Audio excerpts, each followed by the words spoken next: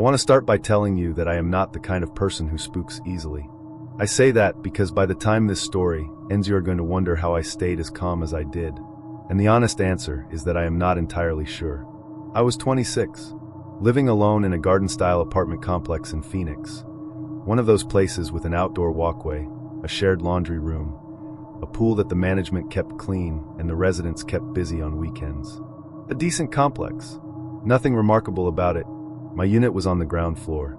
I knew the risks of ground floor. I had chosen it because the rent was lower and my budget was what it was. I had been there 8 months when the unit directly across from mine, Unit 104, went vacant. The tenant who had lived there was a quiet woman I had waved to a handful of times. She moved out on a Saturday with the help of some folks I didn't recognize. By Sunday, her unit was empty. I noticed the vacancy the way you notice your surroundings when you live alone. You know what is normal. You know when normal has changed. For the first 2 weeks, normal. The unit was dark. The blinds were drawn. Management showed it twice that I was aware of, because I could hear the key in the lock from my doorway when I was coming or going. On the 3rd week I noticed the light. Not a dramatic light. A small one.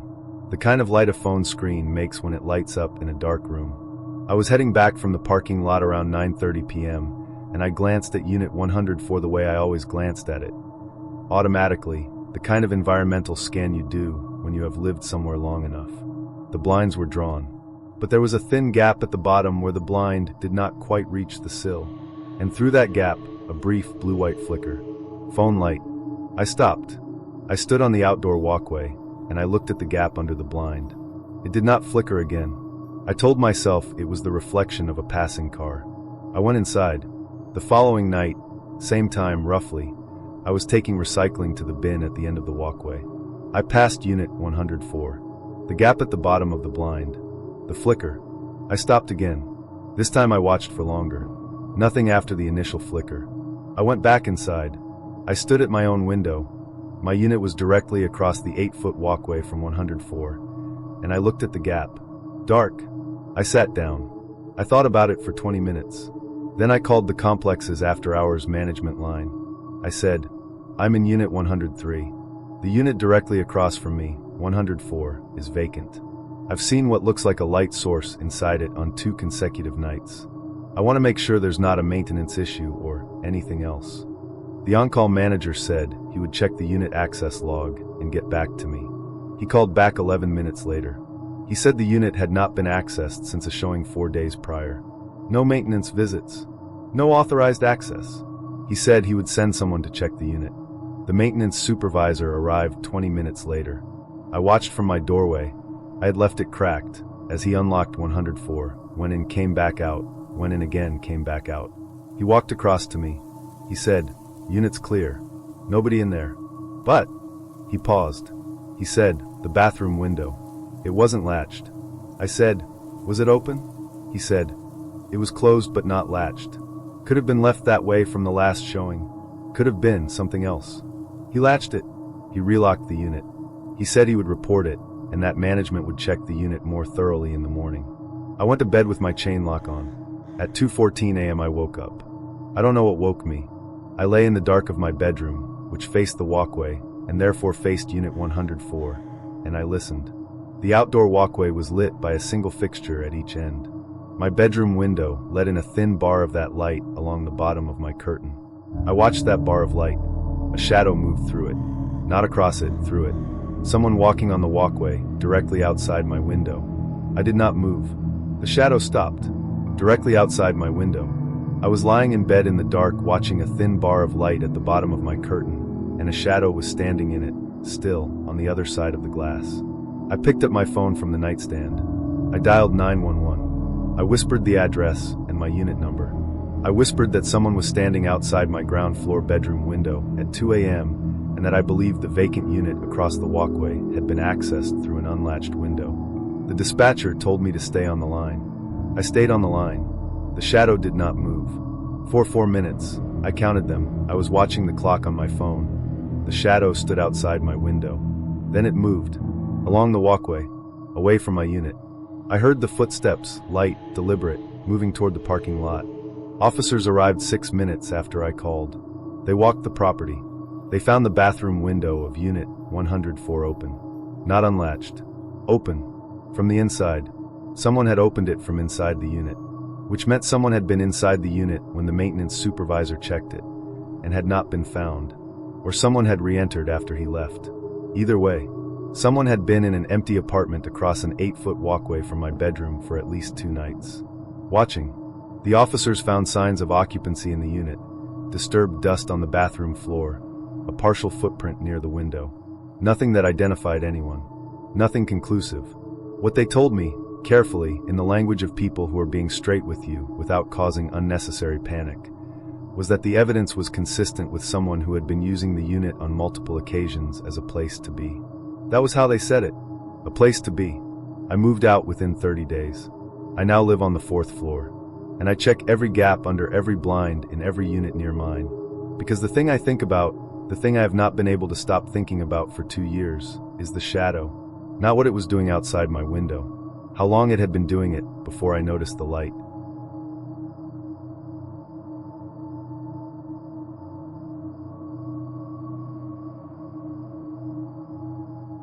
I went to the same gym for 3 years. I want you to understand what 3 years at the same gym does to your sense of a place. You know the equipment. You know the layout. You know the staff by name, and which ones open, and which ones close, and which ones always forget to refill the paper towel dispensers. You know the regulars. Not necessarily their names, but their faces, their schedules, the specific rhythm of who is there on which mornings. I went Monday, Wednesday, Friday at 6 a.m. Early enough that the gym was never crowded, late enough that it was not just me and the overnight staff. There was a consistent group of 6 a.m. people. We nodded.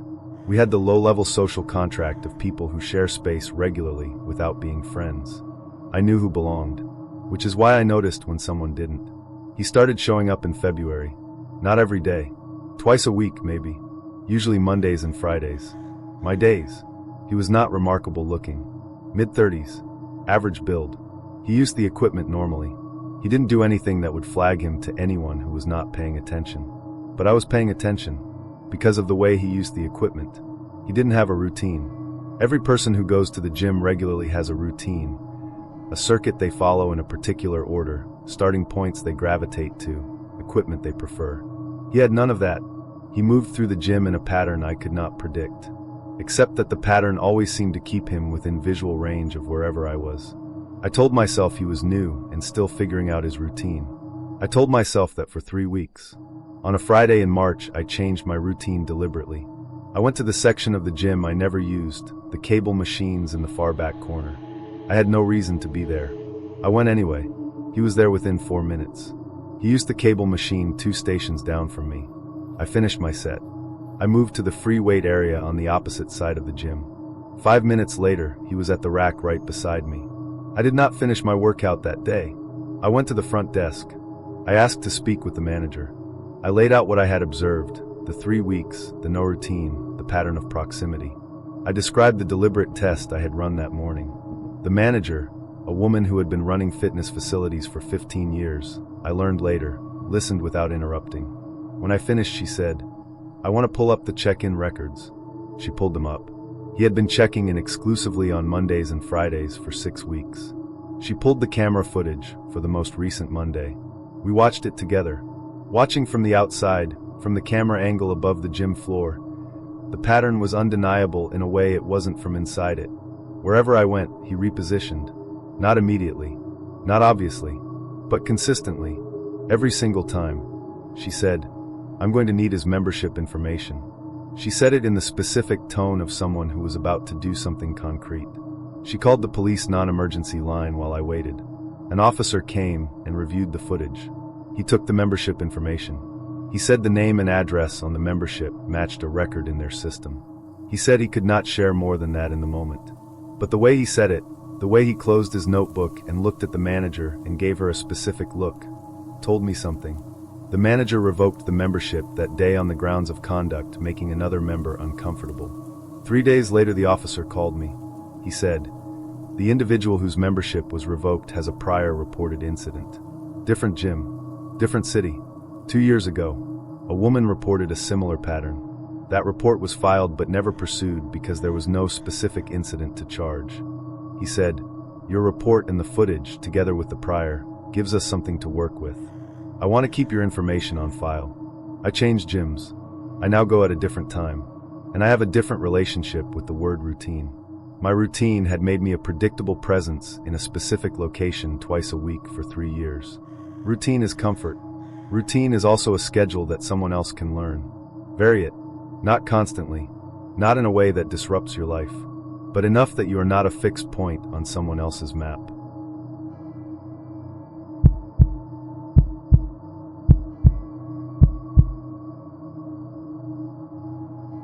I submitted the maintenance request on a Tuesday, a standard request. The bathroom exhaust fan had stopped working.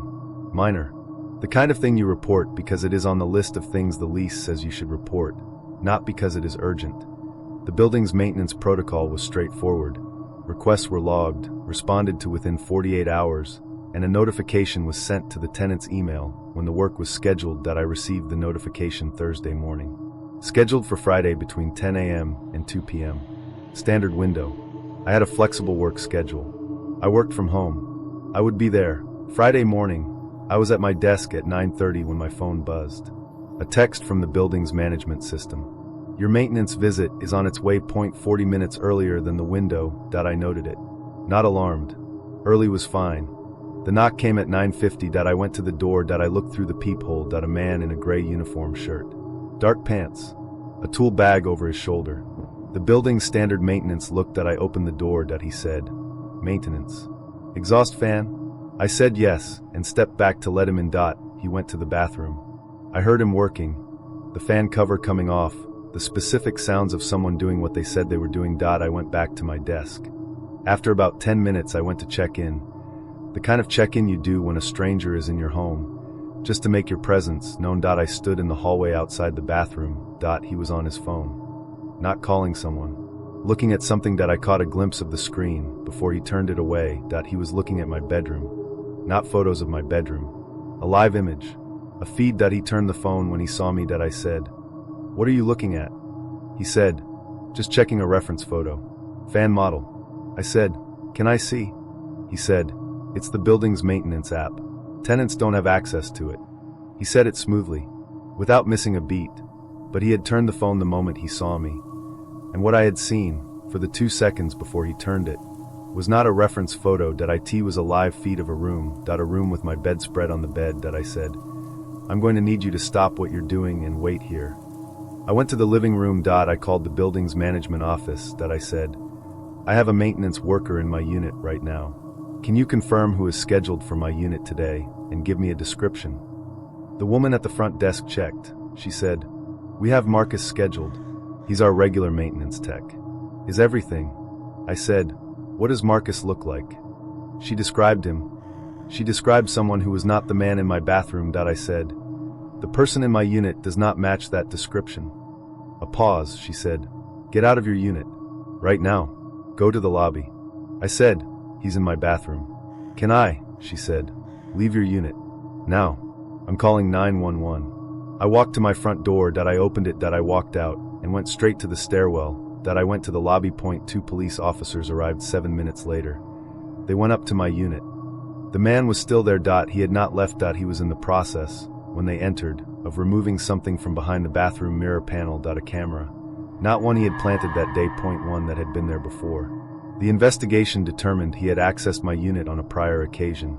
The building's key log showed a maintenance entry 3 weeks earlier on a day I had not submitted a request and had not been home. He had planted a camera behind the bathroom mirror panel. He had been watching the feed. The phone I had seen, the live image, was my bathroom. The room right next to the one he was standing in.